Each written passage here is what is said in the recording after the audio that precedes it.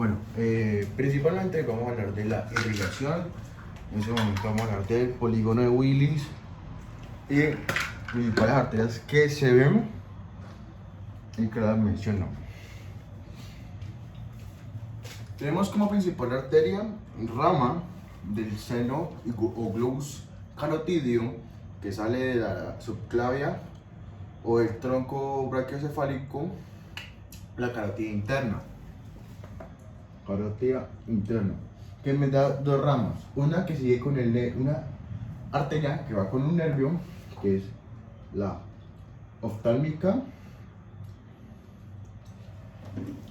y otra arteria que irriga la parte externa del globo ocular en la coroides, que es la coroidea. Ahora vamos a hablar de las patologías. Este se conoce como polígono de Willis debido a la unión e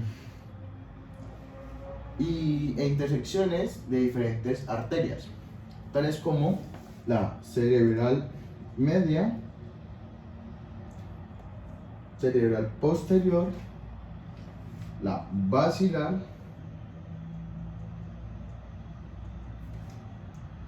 cerebral posterior, cerebral media y toda esta arteria acá, cerebral anterior, que me va a dar dos arterias, dos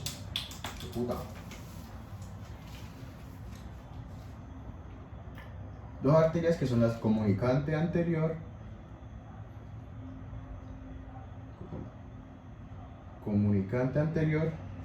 y esta de aquí, que es la comunicante posterior. La arteria basilar tiene diferentes ramas. Posteriormente tenemos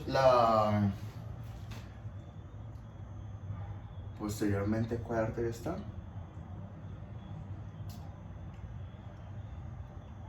Una cerebelosa, no me acuerdo bien, pero es que esa arteria no se nombra, entonces por eso la descarté de lo que sé. La primera rama es la cerebelosa,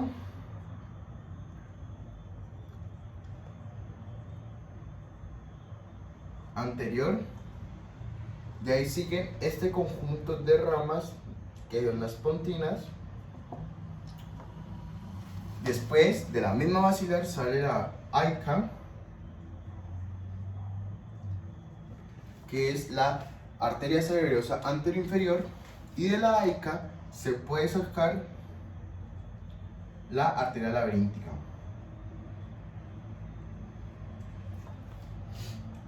De la misma basilar hay una bifurcación que me dan las vertebrales,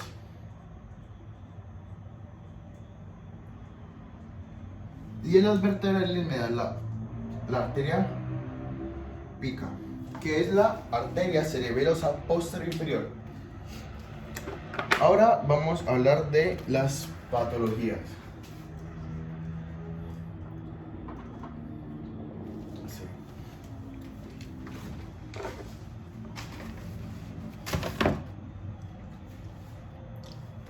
La arteria carótida interna depende del lado. Yo creo que más bien va a colocarla aquí. La carótida interna depende del lado, me va a generar el síndrome de Horner. Síndrome que activa los núcleos simpáticos o parasimpáticos de un lado de la cara. Vamos a ir descendiendo. Tenemos la arteria coroidea y la arteria oftálmica. Las afectaciones de la arteria coroidea me van a presentar hemianopsias, y de la oftálmica diplopías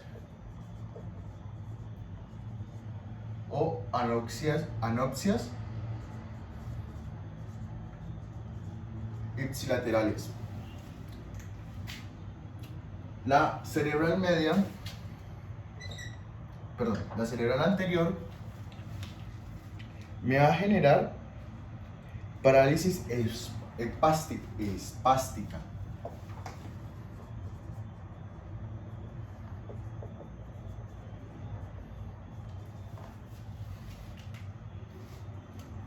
Y esta parálisis es esta parálisis hepática es de los miembros inferiores ipsilateral, ¿correcto? Seguimos con la cerebral media, arteria que se presenta o se dirige por toda la cisura lateral o de Silvio y me va a generar principalmente las afasias de Broca. Es que esta marca ya no sé. Tanto de Broca como de Wernicke. ¿Correcto? Ahora vamos con los comunicantes. La cerebral, posterior es una arteria que se dirige al lóbulo occipital y me va a generar ceguera cortical.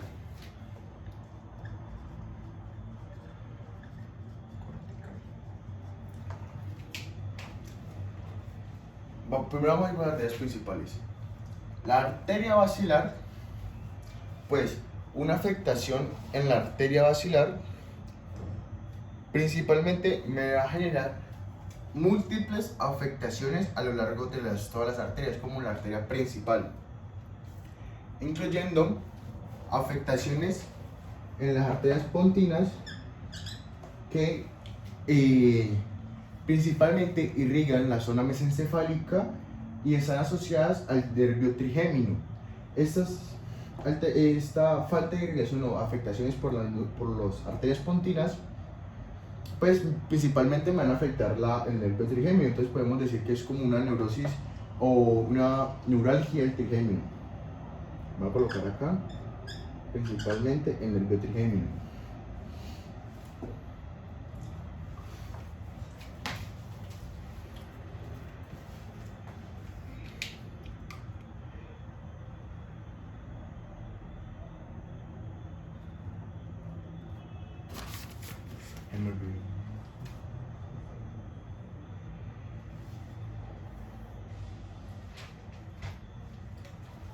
La arteria cerebelosa superior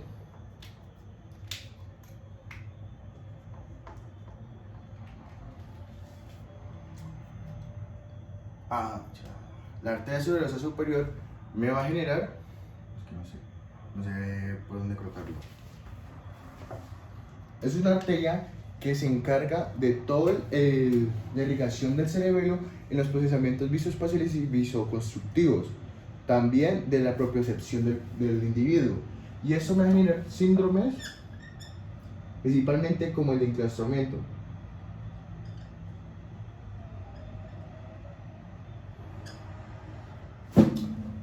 Arteria aica, que va a irrigar zona del cerebelo, me va a generar, no entendí muy bien por qué genera esto, pero es un síndrome de Horner ipsilateral.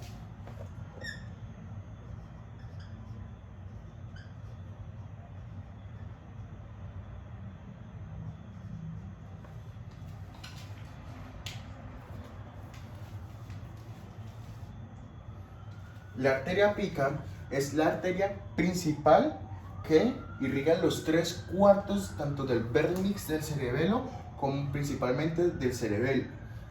Esta arteria, como sabemos, el cerebelo se encarga del equilibrio y la propiocepción inconsciente del individuo. Siendo esta arteria de la arteria pica, me va a generar ataxias cerebelosas.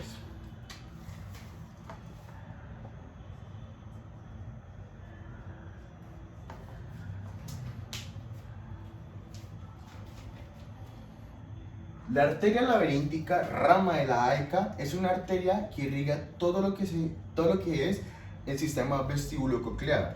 Y afectaciones de esta arteria me va a generar problemas de equilibrio y postura. Entonces, sin importar que vamos a nombrar que la arteria laberíntica va a ser problemas de equilibrio.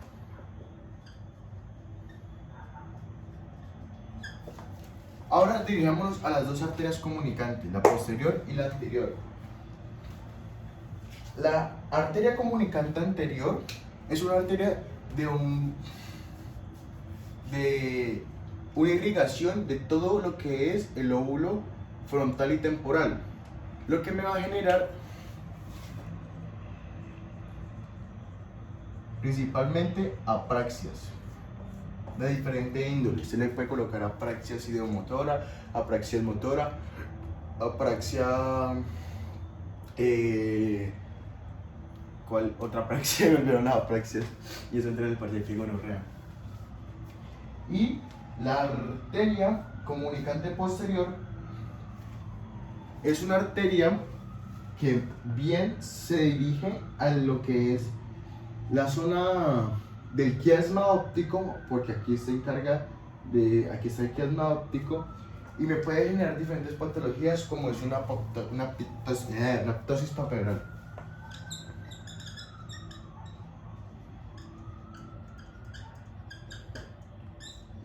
Aquella patología se define como el decaimiento e inmovilización de uno de los párpados de la cara, que no tiene ni sensibilidad ni movimiento. Y ya, yo creo que esas son principalmente las arterias que van a salir. La segregación superior, yo sí coloqué. Sí. Síndrome de enclaustramiento. Las vertebrales.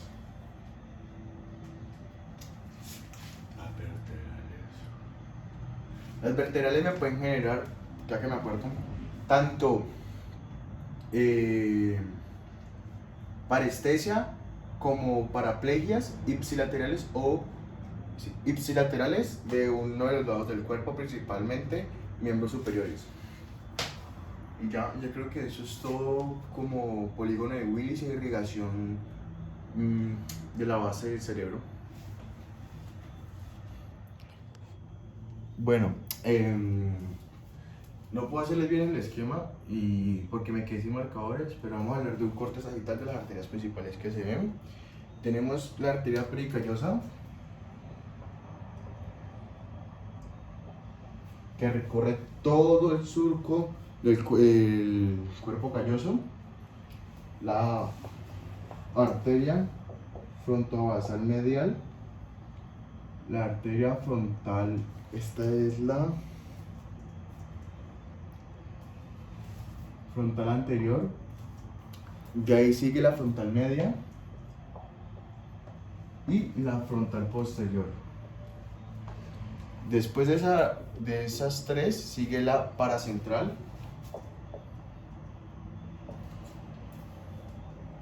la precuneal y unos que otros tienen otra ramita aquí, que es la arteria del giro del istmo del cingui. Arteria del giro del istmo del cingui. Ahora, las patologías asociadas a esta es principalmente de la arteria frontal basilar medial, es una trastorno por desinhibición debido a que irriga principalmente todo lo que es los giros orbitarios y la corteza dorsolateral. Después sigue la arteria frontal anterior, que se pueden construir diferentes cuadros clínicos como lo son síndromes disiejecutivos. Esta arteria pasa por todo lo que es los giros frontales medios e inferior y por eso nos da este cuadro. También por toda la corteza dorsolateral. Que esto sí estoy grabando, sí, la frontal media es una arteria junto con la frontal posterior de compromisos neurálgicos de atención sostenida, debido a que esta arteria se encuentra ya alojada en lo que es el lóbulo parietal. Van asociadas también a la memoria operativa y a la memoria verbal. Por así decirlo, áreas corticales del área de Broca, 44-45. Después tenemos la la arteria paracentral y la precuneal, que son de memoria episódicas. Estas arterias ya están llegando a lo que es el hipocampo. Y si una afección de estas, por un aneurisma o una isquemia, pues la persona va a presentar cuadros de pérdida de memoria o neuralgias que afectan la memoria procedimental, incluso DFTs, que son demencias frontotemporales por la conexión del hipocampo con el lóbulo frontal, y toda la afectación de la arteria pericallosa. La arteria pericallosa, asociada al cuerpo calloso y al giro cingulado, me va a tener compromiso del todo lo que es el sistema límbico, afectando las emociones. Una patología asociada a la arteria pericallosa son trastornos del estado de ánimo. Pacientes que presentan tantos trastornos obsesivo-compulsivos como demencias bipolares, depresión y ansiedad de cuadro patológico, pues son afectaciones directamente de la arteria pericallosa. La arteria del giro de Cinguli se asocia con las emociones ya en el giro cingulado, giro hipocampal y lo que es el giro dentado. Y creo que ya, eso es todo principalmente de estas arterias laterales, como una pequeña explicación breve de las principales patologías que se pueden relacionar. Entendamos y recapitulemos. Arteria frontovasal medial se encarga todo lo que son trastornos y síndromes disiejecutivos de la corteza prefrontal. Arteria frontal anterior se encarga de todo lo que tiene que ver con síndromes también, tanto disiejecutivos como dorsolaterales. Arterias frontal medial y frontal posterior se encargan de los cuadros neurálgicos de memoria episódica, memoria procedimental y memoria verbal inmediata. Arteria pericallosa y precuneal se van a encargar de la memoria episódica. La arteria del giro del istmo del Cinguli, asociada a las emociones y a la memoria emocional, y la arteria pericallosa de todo lo que tiene que ver con trastornos del estado de ánimo. Y eso es la parte del todo de irrigación lateral. Vemos polígono de Willis, vimos por un corte sagital, y ahora les voy a hablar de el drenaje venoso. Bueno, nos quedamos sin marcadores, pero eso nos va a impedir de que yo les pueda explicar, terminando de explicar. Principalmente el sistema de drenaje venoso del cerebro se basa en confluencias y en las acomodaciones de diferentes senos. Y todos, ahora vamos a la patología de cada uno. Empecemos de anterior a posterior. Anterior tenemos este seno de acá, ¿cierto? Que se conoce como seno esfenoparietal. Seno esfenoparietal. Seguido por este trozo de acá, que es el seno cavernoso. Y esta porción, que yo creo que vamos a cambiarle el color.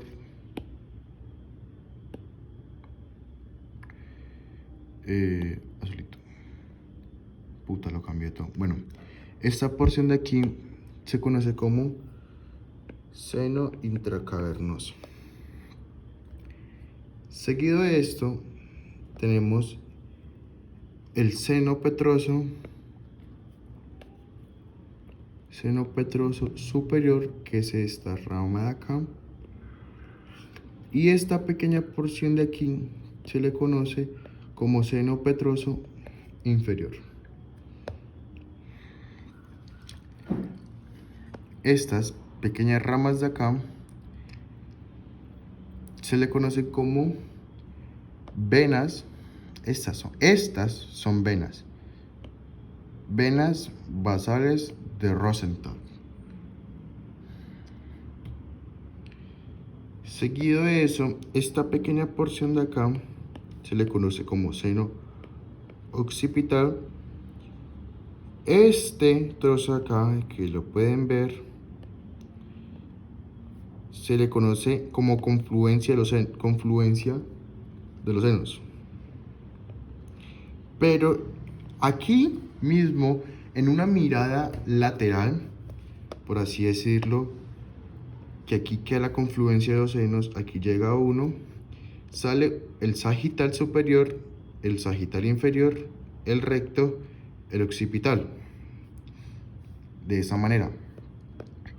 Este trozo de acá es la parte del seno sagital superior y esta porción de acá es la parte del seno recto.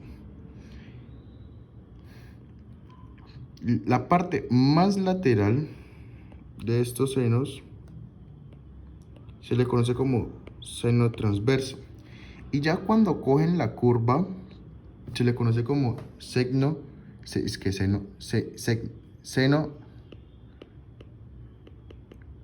sigmoideo.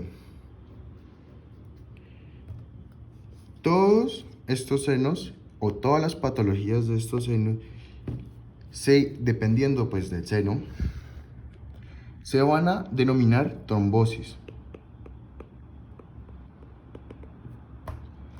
Ya sea trombosis del seno occipital, seno recto, seno sagital superior. Cada uno de estos van a tener de patología base trombosis.